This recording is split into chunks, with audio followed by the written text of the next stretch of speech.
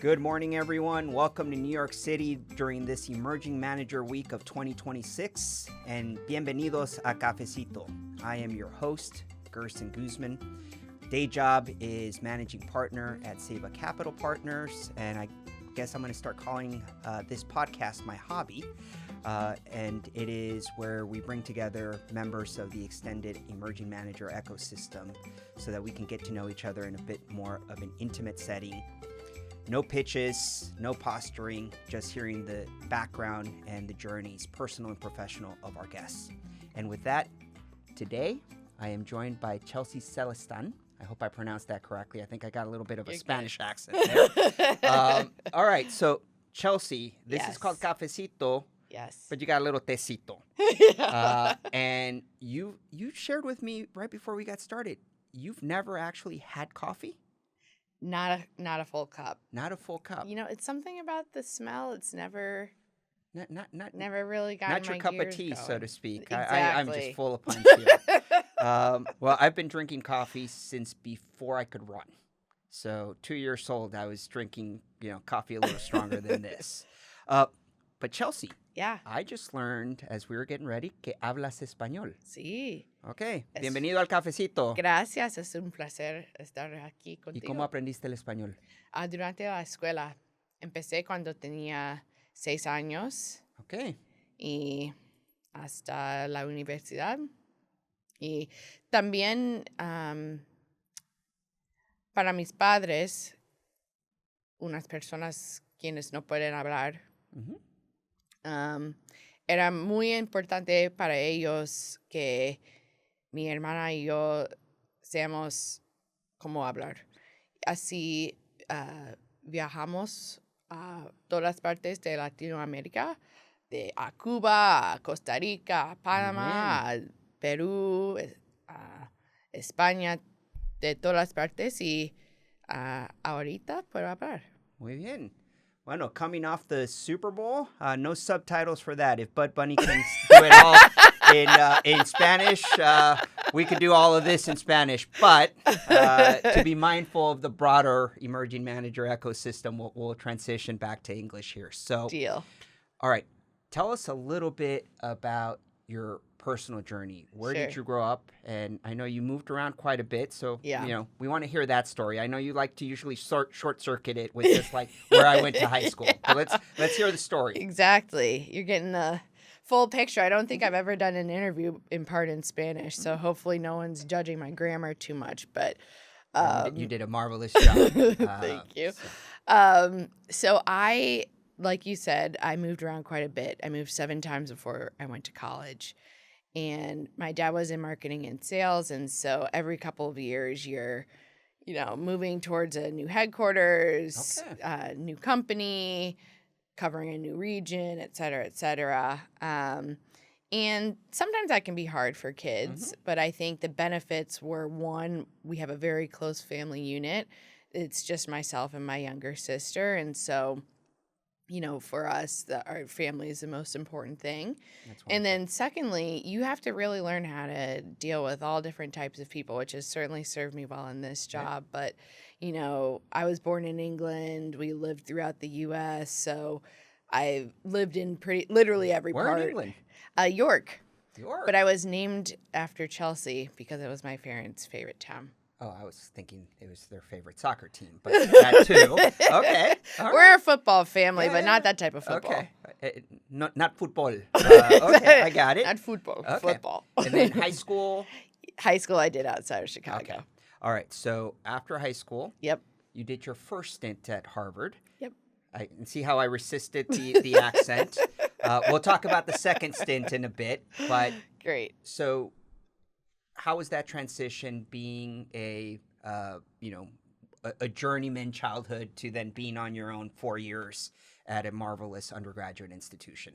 Yeah. I still remember I ran track. And so on my recruiting trip, it was the first time I had ever been to Boston. The only time I've ever run is people chasing me. So I don't understand that as a sport. But go for it. Yeah. I was a sprinter. Okay. I was a 100-meter runner. So, I don't want to give the audience any sort of ideas on, if you see me running long distances, I'm huffing and puffing. Yeah. Okay. 100 meters is as short as you can go. And so that's where I stayed. Right. But I still remember on my recruiting trip going to Boston for the first time. It was the first time I'd ever been there. And my family came too, which was really cool. And, they really got me because it was October of 2009, I guess. And I stepped on campus. The leaves were changing color. It wasn't too cold. It was beautiful. Light jacket. It was like out of Goodwill Hunting. Exactly. Yeah. And I was like, man, what a cool place. I had never really said I wanted to go there. And then I got there and was like, oh, this is awesome. And then I started meeting more and more people. And I was like, oh, these are my people. There are people who've aspired to go to Harvard their entire life that hate you Yeah. at this point. They're like, oh, yeah, I wasn't really thinking about, Harvard, but sure. Yeah. Okay. That chick. 4 years at Harvard, I'm assuming. Yeah. It took me a little longer to graduate from Berkeley. But I'm a little slower than you are, both on and off the field. So, Harvard, what did you major in? Yes. I was a government major. Okay. And I focused on political psychology within that. So think behavioral economics applied to politics, thinking through the ways that people make decisions politically and just the psychology behind it. Okay. Well, at the New America Alliance, we have a fellowship program where we bring in students as young as high school juniors. And I know Avante, the firm that you're at, also brings in interns as well. Yes. One of the questions we always get, or I always get sometimes, is around that major decision. And, hey, what should I major in to get into private equity or alternatives or investment banking? You didn't major in business or econ. You had that behavioral econ element. But you ended up doing investment banking. Was that part of the plan coming out of undergrad? Like you had your mindset on this is the track that I'm following. Yes. So I'll answer the first part first, which is to say that you can study anything. Mm-hmm. I remember knowing someone who studied folklore and mythology and also went to Wall Street. So you can truly study. Well, there's a few people in this industry that like to make up stories. But, sure. Exactly. But, you can truly study anything. I think the thing that I always tell students when I speak to them is you need to study something that you're really good at, whatever that means. Yeah. Certainly you have to have courses that can show you can do math if you want to do this, or you can do science if you want to go into medicine, etc. But you should really study things that are exciting to you that you will then excel in. That's the best way to see if someone's going to be, good in a job. You can learn things on the job. From the time I was in banking through my career in private equity, it's always been learning on the job. And so I think if there's anything that a younger person takes away from that, it's, you can go to liberal arts and go into finance. You can... what you choose to study is not the thing that has to define you for the rest of your career. So on the second piece, funny enough, I very distinctly remember living in Virginia. We were riding in the car. I was probably 10, maybe 11. My sister was 8 or 9. And we're riding along, and my dad said, Chelsea, you should think about doing investment banking. And my mom was like, yeah. And I was like, what is that? and then they were both kind of like, and let's just level set. No one in my family works in finance or has worked in finance. Yeah, I mean, you said your dad was in sales. Yeah, It's sales sort of and a marketing. Random car ride conversation. Very. Okay. I don't know where it came from to this day. On the age of 6, usually they were screaming at us to stop hitting each other. But you were getting career advice, so good. Okay. I guess with 2 girls, it can be a little less of that. But yeah, we, I don't know where they came up with it, but they kind of said it. And something that is very, and it's something that's very embedded in my personality is that when I just decide I'm going to do something, I'm going to do it. Yeah. So I started doing internships. Even when I was in high school, I got course credit to do an internship. I went to my local branch of what was then just BMO, and and I know has become bigger and better things since, but it was in wealth management, and it wasn't exactly where I wanted to be, but I knew Getting some exposure. exactly wearing a suit, going into an office, being on a team was really exciting. And so I went to, by the time I got into college, I knew I was going to major in, something related to business or psychology or something, but I knew that I was going to go into banking. Okay. So you went the banking route. You spent some time in LevFin, and then you went back to business school after that. Then I went into private equity, I went to business school. Okay. All right. So you got a stint on the buy side. Yeah. And because you just hadn't gotten enough of Harvard, you did the MBA there as well. Yeah. So interesting conversation, because I've had this question come up. Like, do you see the value in an MBA now in an industry where an MBA is no longer as required to advance career-wise, looking back on the time spent? Yes. That said, it was very valuable for me. It doesn't necessarily translate to everyone the same way. And I think that's because it's dependent on what you're going into it, looking for. And I asked because you had already done banking, you'd already done buy side, and we'll get into this momentarily. You're still on the allocator side of the equation as well. So yeah, I mean, I think that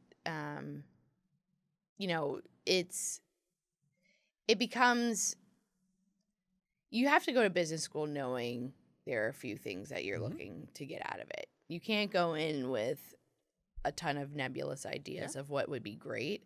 You need to go in with, 3-ish things that are really important, because when you're there are myriad things going on at any given time. And so whether you want to go to this CEO's talk or go to that party or go on this trip is all dependent on what your priorities are, what your focus are. Absolutely. And so I think it mattered to me on a few levels. One is because I got a taste of what I wanted to do, but I was in some ways a little bit of a one-trick pony. So I used it as a time to explore. I did an internship where I was a chief of staff to kind of the C-suite level, but I worked mostly with, she was the head of supply chain, kind of like a COO type. And I got an understanding of what it means to operate within a PE-backed business. Wouldn't have gotten that if I had just been working. And then also I developed a significant number of relationships, both friendships and professional working relationships that have mattered a lot and will matter a lot going forward. It puts you in a place, regardless of where you go, but the fact that you have this network in a community where you can call someone who went to the same school as you and they're more likely to pick up the phone. And then I think especially, and just knowing the NAA, when you're a diverse background, you need a lot of these different signaling tools to show what you may already know and what your parents may already know and people close to you may already know. But it's just an indicating signal of what you're talking about. It gives you an element of credibility. Exactly. Because people said, in your case, 2-time Harvard, in my case, top state school, but a public school nonetheless at UC Berkeley, and then the Wharton MBA. Yeah. So you graduated from Harvard and you stayed on the finance track. Yep. Walk us through the career leading up to Avante, which I really want to spend some time having that conversation. Yeah. It's funny. I actually first got introduced to Avante because they were part of the cap stack on a deal I did. Okay. About 10 years ago now. Actually, it'll be 10 years, I think, this year. And so that was how I got to know them and then developed the relationships over time. And, am very fortunate to have been able to stay in the orbit, and when it made sense, could come over. My background has always been in equity. Okay. So I, like I said, did banking, then I moved into private equity. Okay. And that's what I was doing. And I really like being on the equity side of things.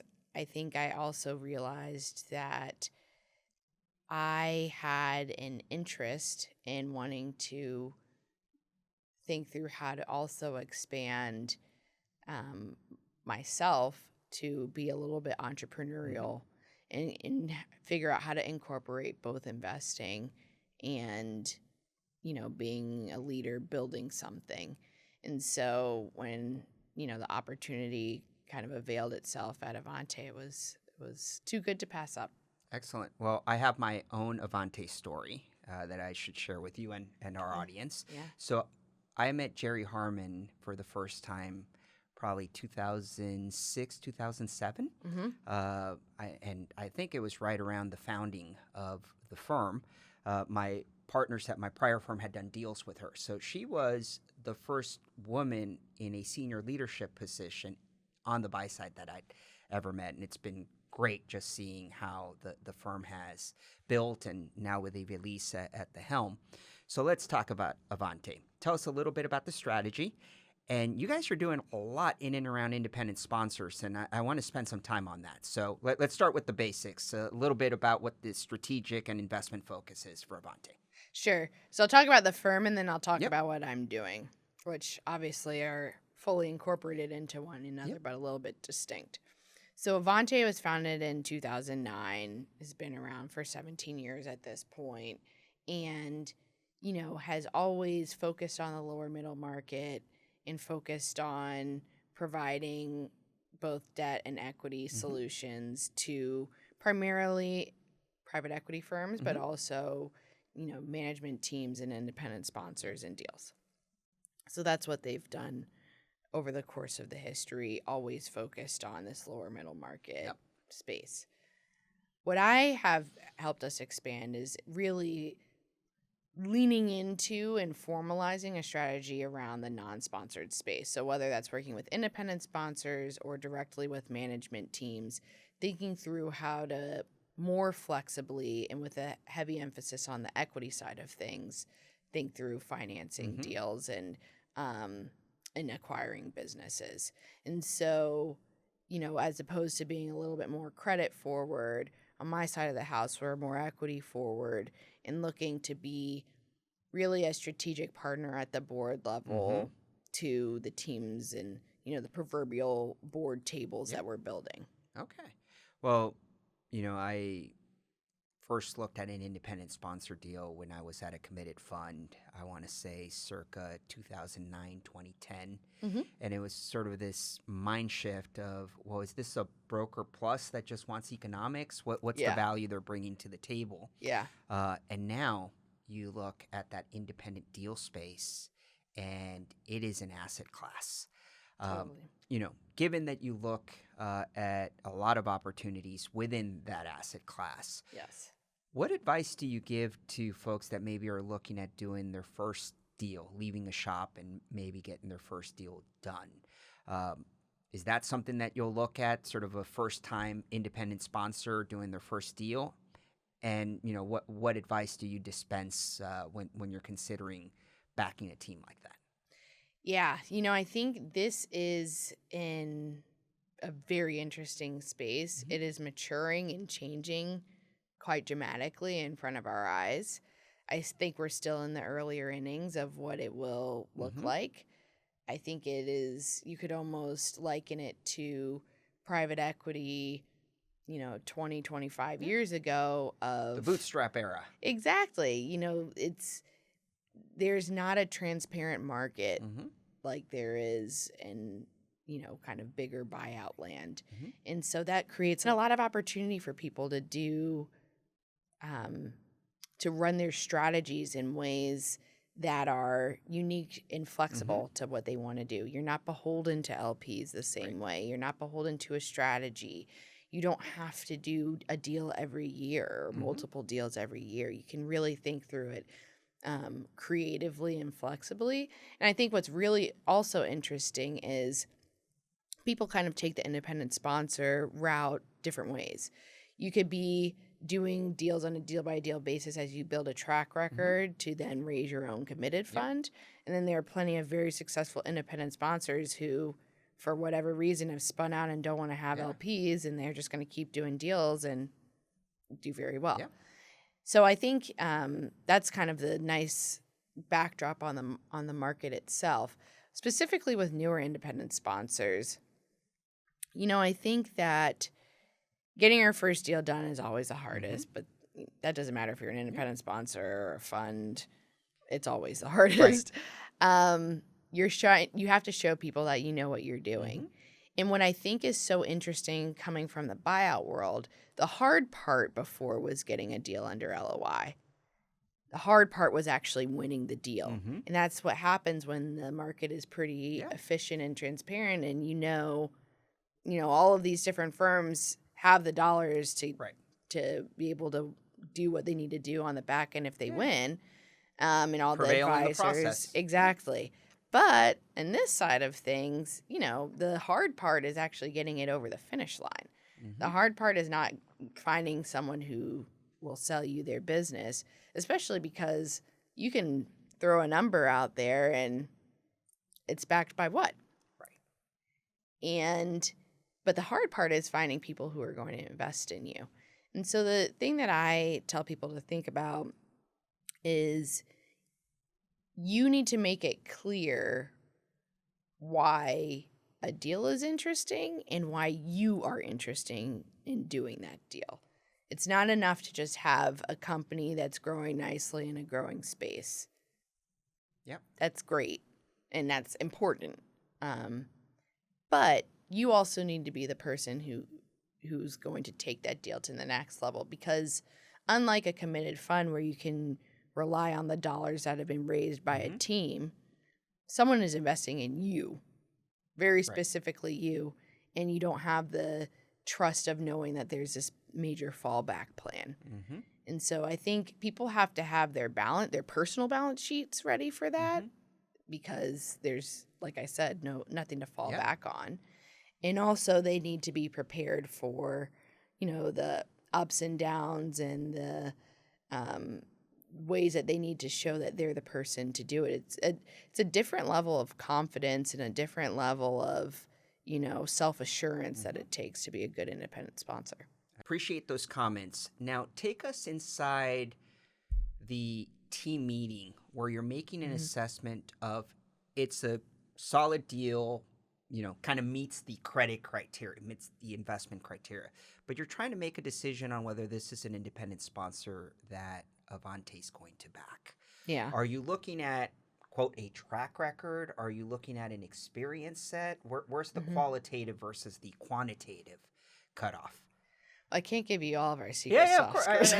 I understand. No, I'm just kidding. I can feel Evelise glaring at me. Just like don't ask, but please tell. No, you know what? It's a really mixed bag of both qualitative and quantitative. Just the same way as everyone says a deal is an art and a science.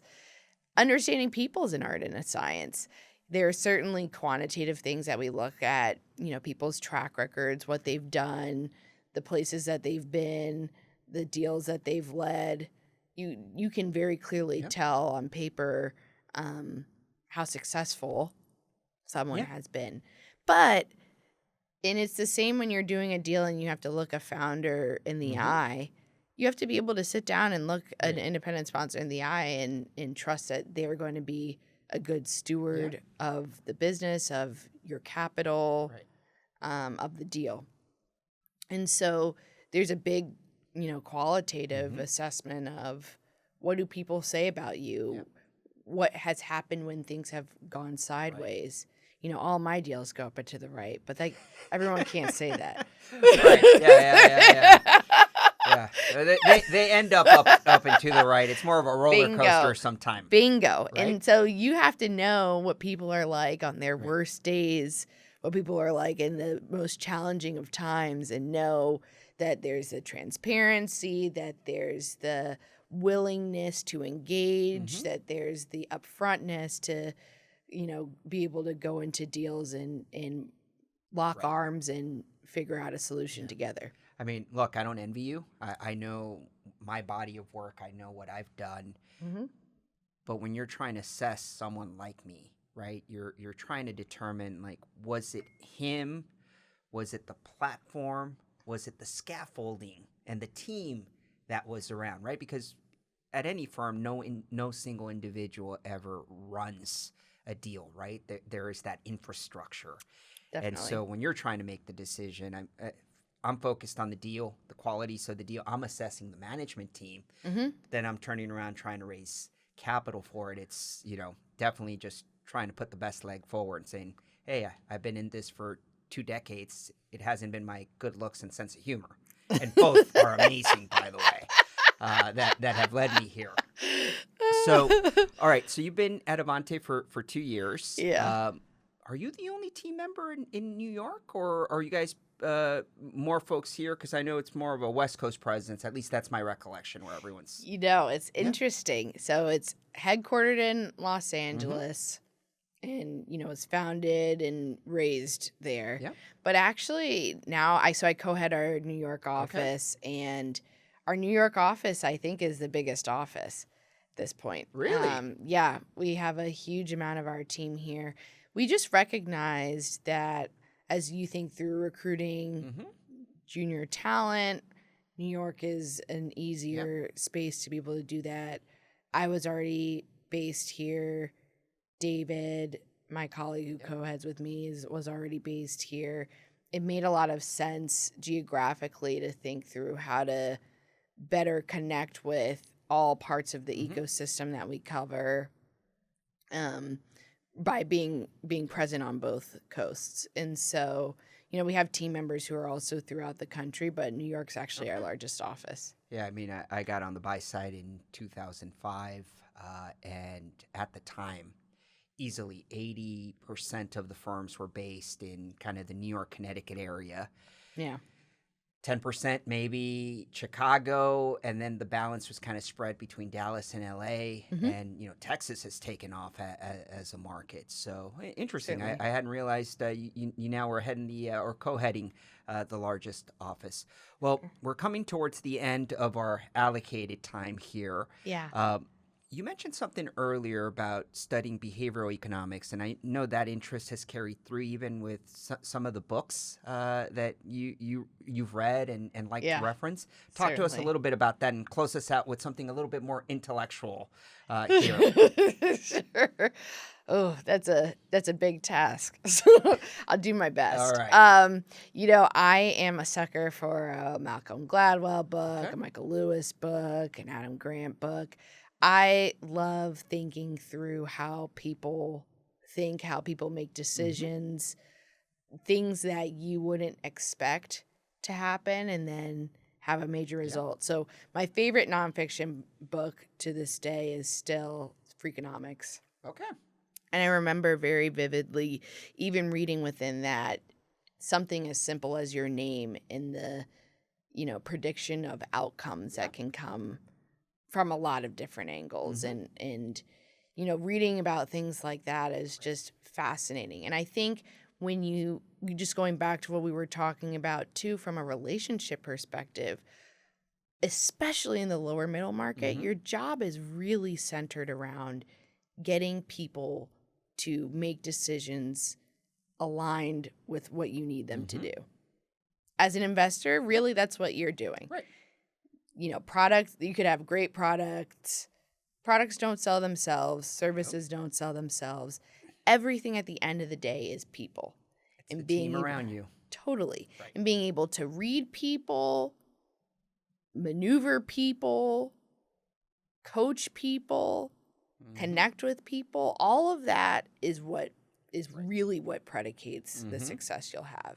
And so I think the other thing is I just see a lot of the themes that I read about in, those sorts of books from those authors.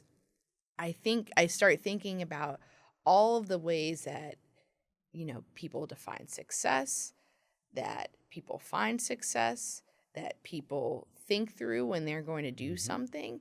And in any given interaction, you're really having to focus on the micro movements of things. Yeah. You stop forgetting a lot of the times how someone's eyes squint when they're, smiling, to Is there a recollection here based on how I've been behaving here? No, but please continue. No, it's these very micro movements. It's so interesting to just think through how people's base perceptions. The little things matter, how you're perceived. Completely. Right. And I think that's why I've been so interested in them, because it shows up on a much grander scale when you're, watching them work or doing a deal over multiple years, seeing something all the way through. It all comes back to those micro movements. And so the more that you just study and learn about them, I think it just enhances how I think through leadership, how I think through interactions, how I think through building relationships. That's great. Well, I think while you didn't give us the Avante secret sauce, I think any company or independent sponsor looking to present you with an opportunity better watch out with all those behaviors that they have. Well, Chelsea, thank you very much for the time today, for taking a little tecito with us. And to our audience, muchísimas gracias. Thank you for joining us in this cafecito. We look forward to having you at our next episode. For now, like and follow Cafecito, y hasta la próxima. This podcast should not be copied, distributed, published, or reproduced in whole or in part. The information contained in this podcast does not constitute a recommendation from the New America Alliance, the host, or guests to any listener. The terms NAA or New America Alliance may refer to any one or more entities associated with the NAA.